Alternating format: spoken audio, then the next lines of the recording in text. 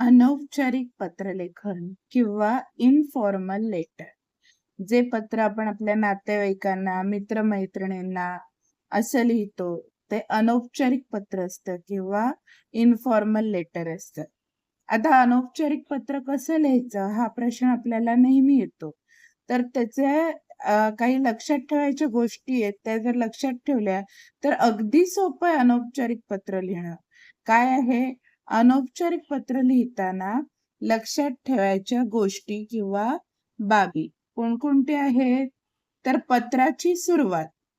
पत्राच्या सुरुवातीला तुम्ही काय लिहायचंय? पहिल्यांदा ज्याला पत्र लिहिणार आहात त्याचं नाव, त्याचा पत्ता आणि दिनांक. हे फॉर्मल लेटर असू देत किंवा इनफॉर्मल लेटर असू देत, दोन्हीलाही सुरुवातीला डाव्या हाताला तुम्ही ज्याला पत्र लिहिणार आहात त्याचं नाव, पत्ता आणि दिनांक लिहायचा आहे. मग त्याच्या खाली काय लिहिणार आहात? ज्या व्यक्तीला पत्र लिहायचं आहे तिचा उल्लेख तिच्या नात्याप्रमाणे करायला हवा, आदरपूर्वक करायला हवा.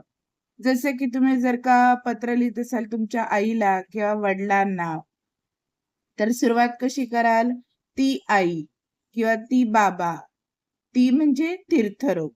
हा, तीर्थरूप आईस किंवा तीर्थरूप बाबांना साष्टांग नमस्कार. सान म्हणजे साष्टांग नमस्कार किंवा शी सान, श ला पहिली वेलांटी, त्याचा अर्थ होतो शिरसाष्टांग नमस्कार. किंवा काका, काकू, मामा, मामी, आत्या, मावशी, कुणालाही पत्र लिहिणार असेल तर सुरुवात अशीच होईल की ती म्हणजे तीर्थरूप, नात्याचा उल्लेख आणि सान म्हणजे साष्टांग नमस्कार. इथे तुम्ही शिरसाष्टांग नमस्कार म्हणजे शी सान असं सुद्धा लिहू शकतात.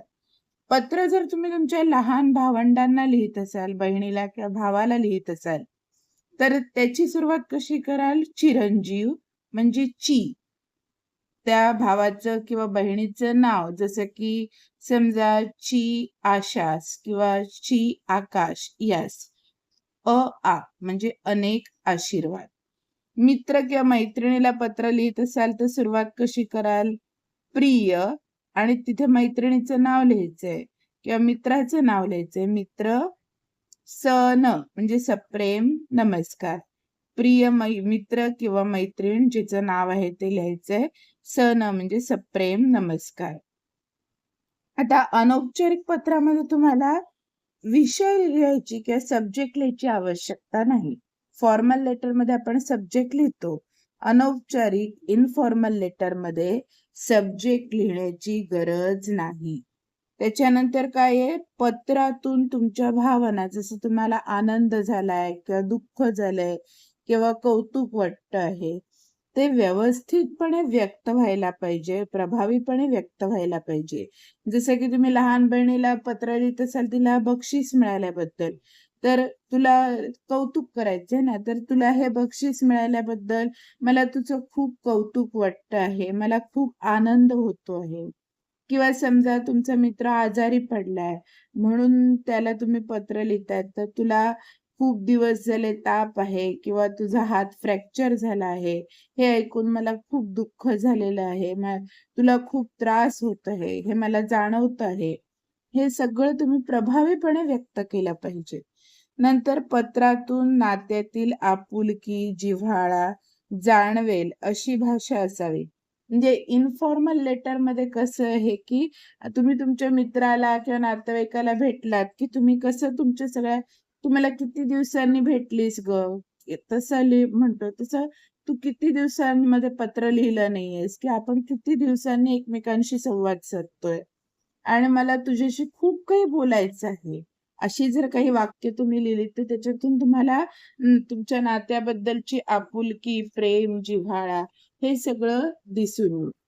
त्यानंतर तुम्ही भेटीत जसं आपण नातेवाईकांचं क्षेमकुशल विचारतो, विचारपूस करतो, की आता जर तुला बरं वाटत नाहीये तर ताप उतरला का ग? तू ठीक आहेस ना? डॉक्टर काय म्हणाले? असं जसं आपण विचारतो, तसं आपण विचारू शकतो. किंवा तुला बक्षीस मिळालं, मग तुला बक्षीस मिळालं तर मग काका काकूंनी तुला त्याबद्दल तुझं कौतुक कसं केलं? आई बाबांनी तुला काही बक्षीस दिलं का? असं तुम्ही विचारू शकता. आणि पत्राच्या शेवटी डाव्या बाजूला परत पत्र लेखकाचा म्हणजे जो पत्र लिहित आहे त्याचा पत्ता लिहायला पाहिजे. ठीक आहे. पत्राच्या शेवटी तुम्ही कसं लिहिणार आहात? तुमचा किंवा तुमची प्रिय असं हे लिहून मग तुमचं नाव लिहायचं आहे.